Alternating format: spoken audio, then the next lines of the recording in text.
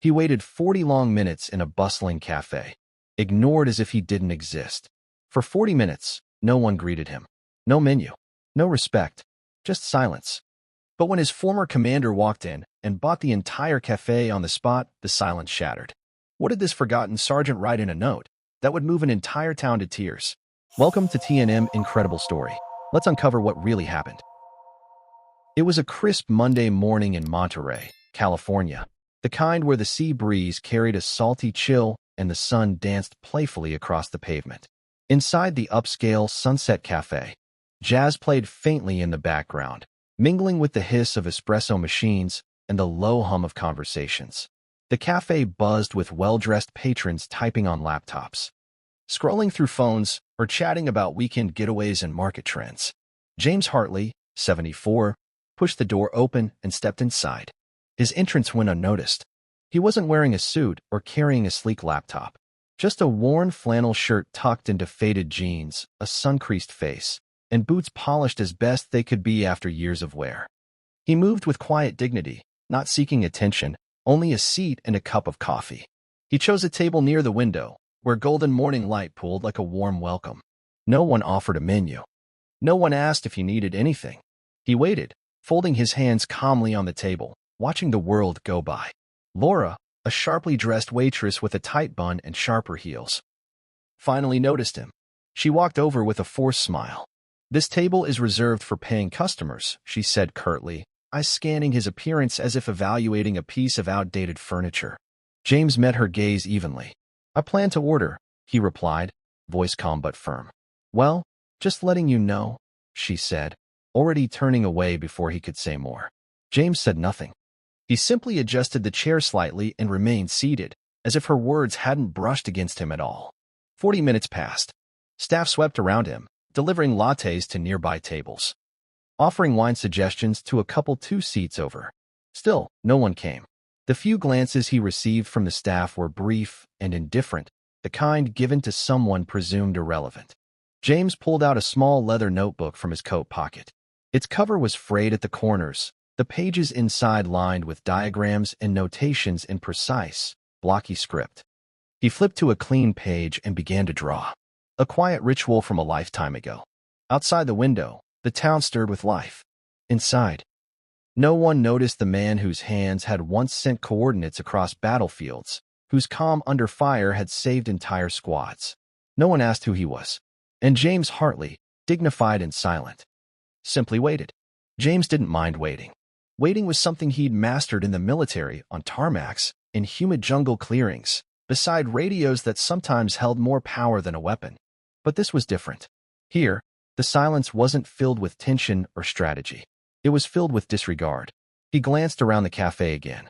Sleek marble countertops, designer chairs, and minimalist lighting.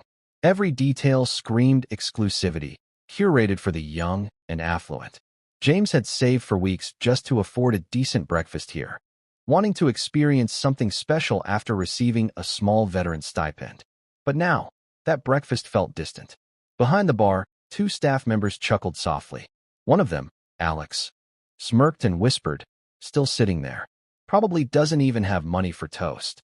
Or he's confused," Laura chimed in, flipping her notepad closed. "Sometimes they wander in thinking it's a shelter." From behind the pastry display, Ryan Mendoza watched quietly. Only 22 and fresh out of community college, Ryan had joined the cafe 3 months ago. He wasn't sure what made him pause today, maybe the stillness of the man by the window, or maybe it was the gentle way James was drawing diagrams in that battered notebook. Ryan leaned over to his shift lead. "Has anyone taken his order yet?" "Forget it, Ryan," Alex replied. "Waste of time.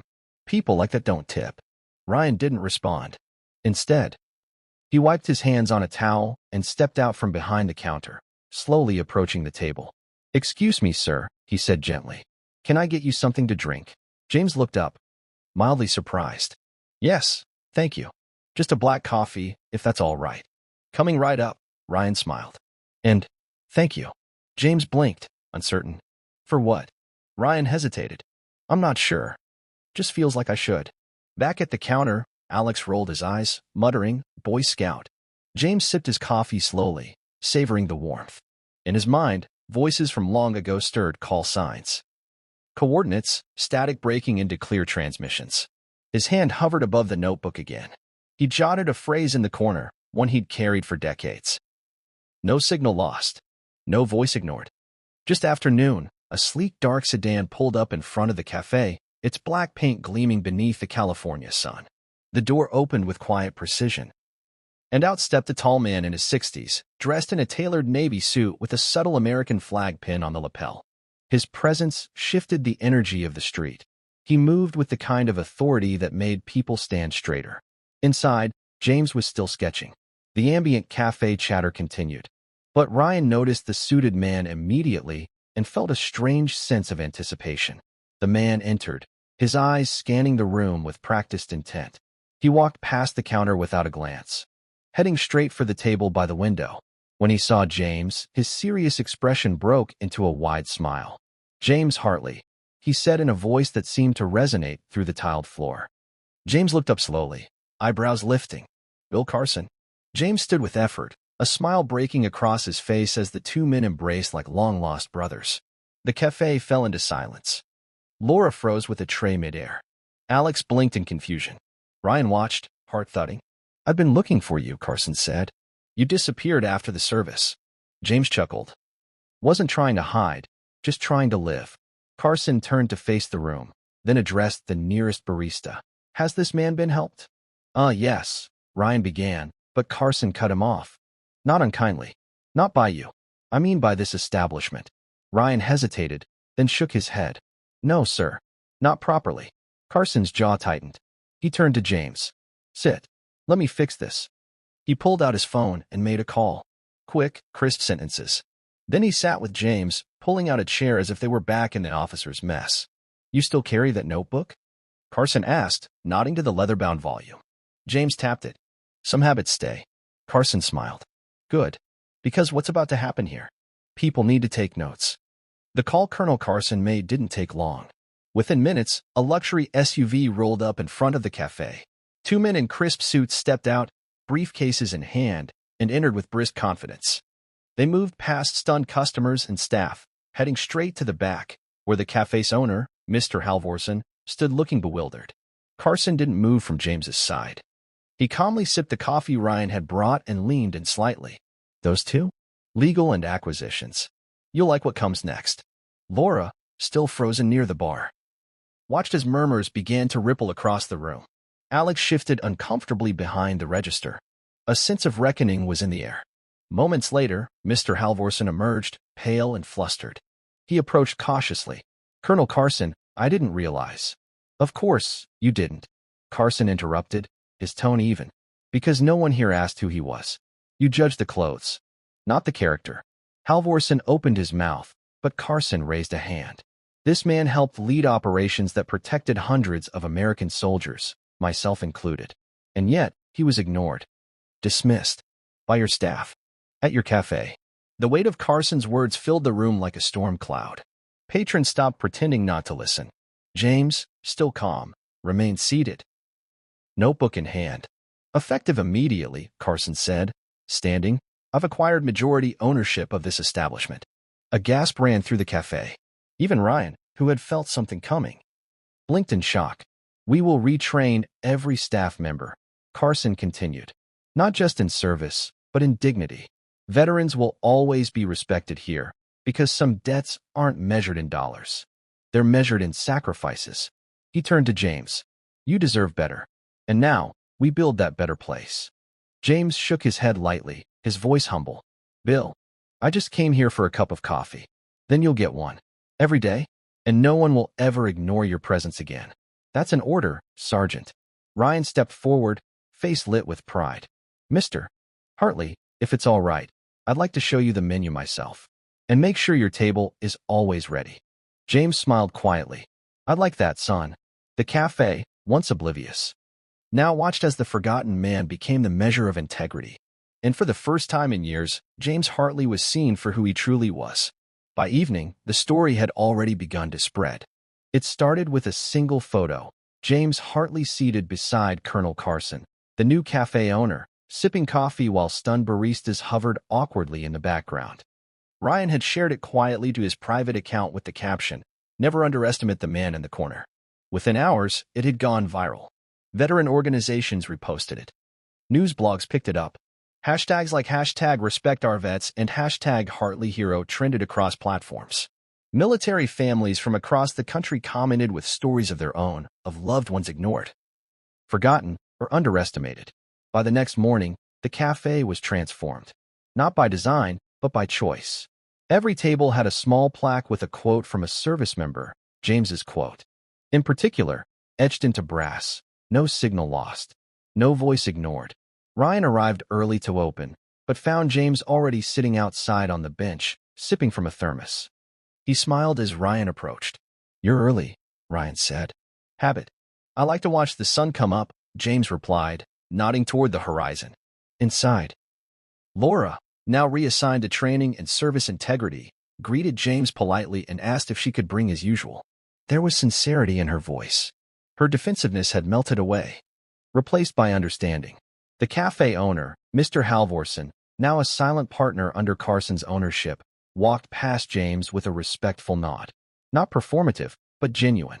Around noon, a young man in military fatigues stepped inside. He scanned the room and approached James's table. "Mr. Hartley?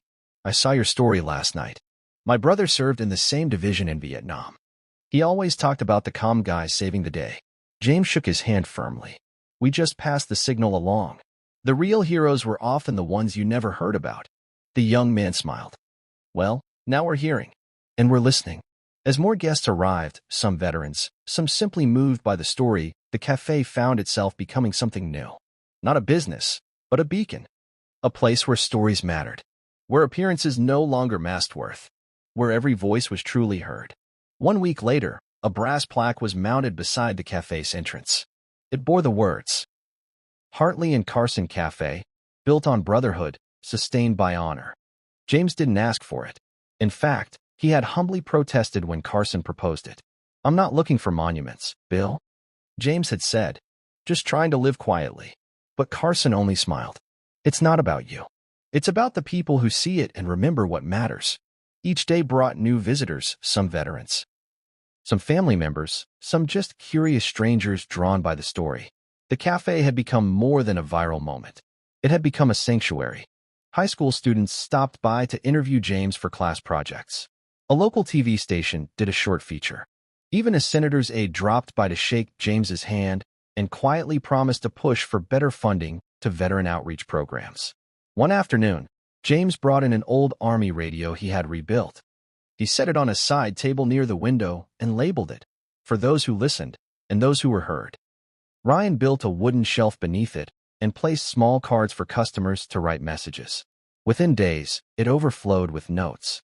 "Thank you for reminding me to call my grandpa. My dad was also in Vietnam. He never talked about it until he saw your photo. This place gives me hope." Laura read each card. Sometimes she cried. Sometimes she smiled. She'd become the cafe's informal steward of the wall, pinning messages and adding fresh flowers every Friday. Carson visited twice a week, always sitting with James, sharing stories, some humorous, some heavy. Their friendship, once forged in war, now thrived in peace. "Funny how life works out," James said one day. "All those years transmitting signals. And now it's the quiet that carries weight." Carson nodded. "Except here, your silence speaks louder than most people's speeches." The cafe had become a second home. But something bigger was on the horizon. Spring arrived in Monterey with a calm breeze and longer days. The cafe continued to thrive, but James noticed a different rhythm in his step. One morning, he arrived later than usual. Ryan looked concerned, but said nothing. James simply smiled and waved him off. That afternoon, Carson came by. They sat in silence, watching people drift in and out of the cafe, many stopping at the wall to read the messages. James reached into his pocket and handed Carson something small, a folded note. "What's this?" Carson asked. "Instructions," James said, "for when the signal goes silent." Carson didn't reply. He just nodded slowly and tucked the paper away. A week later, James didn't show up. Ryan waited until noon, then drove by James's modest home. The lights were off. The mailbox full. Concern turned into action. Within hours, the community learned that James Hartley had passed away in his sleep, peacefully, at home, surrounded by old radios, maps, and the quiet dignity he always carried. The next morning, the cafe didn't open for business. It opened for remembrance. Veterans, neighbors, students, families, they all came. A makeshift altar formed under the radio display. Ryan read James's favorite quote aloud. No signal lost. No voice ignored. Then Carson stepped forward. From his jacket, he pulled James's note and unfolded it. Keep the stories alive. Keep listening. Keep serving, quietly, if you must, but always fully. His voice cracked as he finished. Those are James Hartley's last instructions to all of us. In the following months, the cafe launched a new program, free coffee for all veterans, mentorship talks on Sundays, and an annual Signal Day to honor unsung heroes. The brass plaque by the door was joined by a second one. In memory of Sergeant James Hartley, the quiet voice that moved a nation. Every year, on that day, they read names. Not just James's, but others too. Those who went unheard too long. And in the cafe's soft hum, in the gentle whir of the old Army radio, it always felt like James was still there, listening. If this story moved you, don't let it end here. Share it with someone who's forgotten how powerful quiet service can be. Subscribe for more true, untold stories of honor, humility, and humanity, because sometimes the softest voices leave the deepest echoes. What legacy would you leave if the world finally stopped to listen? And you, where in the world are you listening from? Drop a comment and let us know. We'd love to hear your voice in this story too. Your comments are the fuel that keeps this storytelling journey alive. Every word you leave becomes part of the story's legacy and a spark for the next one.